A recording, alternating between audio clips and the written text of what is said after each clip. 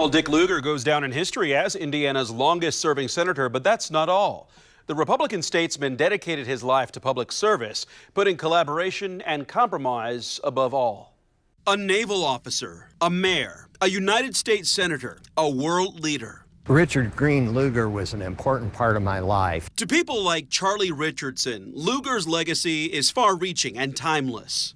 He was truly the most important public official of the second half of the 20th century for Indiana and the first 20 years of the 21st. Charlie, a retired lawyer, remembers Lugar as a mentor and a friend and recalls the first time they met. He came to my fraternity in February of 1967 during the primary campaign for mayor and gave the initiation address at my fraternity. We could all tell that this person was going to be destined for great things. Charlie wears today the same Lugar campaign button he wore on November 7th, 1967, the day Lugar won the Indianapolis mayoral election. From 1967. In fact, he has every campaign button over the course of Lugar's political career. Inspired, Charlie ended up working in Mayor Lugar's office during a time of innovation for the city, including the merging of the Indianapolis and Marion County governments, known as Unigov. The beginning of Dick Lugar's contribution here, right where we're standing in downtown Indianapolis, has caused ripples throughout the nation and indeed the world. After 2 terms as mayor, Lugar was elected to the U.S. Senate in 1976 and shined when it came to foreign policy, unafraid to stand up to tyrants and dictators. In my judgment, unless we apply pressure, those hostages are going to be there for a long time. In Congress, Lugar was a driving force behind the Nunn-Lugar Threat Reduction Program, a comprehensive plan to dismantle more than 30,000 biological, chemical, and nuclear weapons following the end of the Cold War between the U.S. and the Soviet Union. Generally made the world a dramatically safer place. I think that's his, signature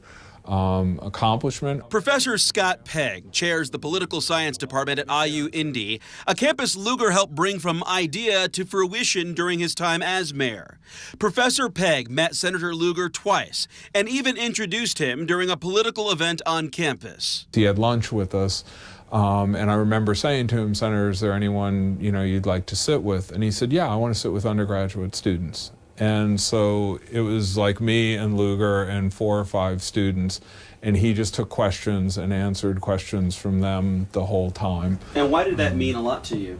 I thought it was just he's not an elitist. He was a really humble, modest guy, and he treated our students equal. He was known as an eloquent statesman whose advice mattered to 8 presidents, working across the aisle to forge a path of progress. He was also, amazing as a speaker. He basically, in a nutshell, made an argument that if you can't have lunch with somebody, if you can't have dinner with somebody whose views you don't agree with, how can you possibly do the people's business? Lugar championed measures to fight the HIV/AIDS crisis at home and overseas. He advocated for Hoosier farmers with his work on the Senate Agriculture Committee. He got into the substance of policy, brought expertise and knowledge, in-depth focus to issues. I think there's very few of those people left in our political system. He had a genuine heart.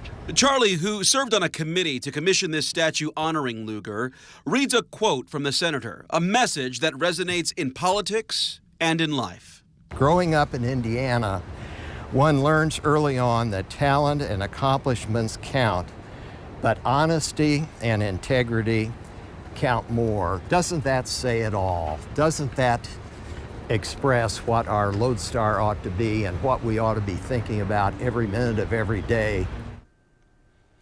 Well, Dick Lugar's Senate career ended in 2013. He even made a run for president in 1996. However, Bob Dole won the GOP nomination for that election.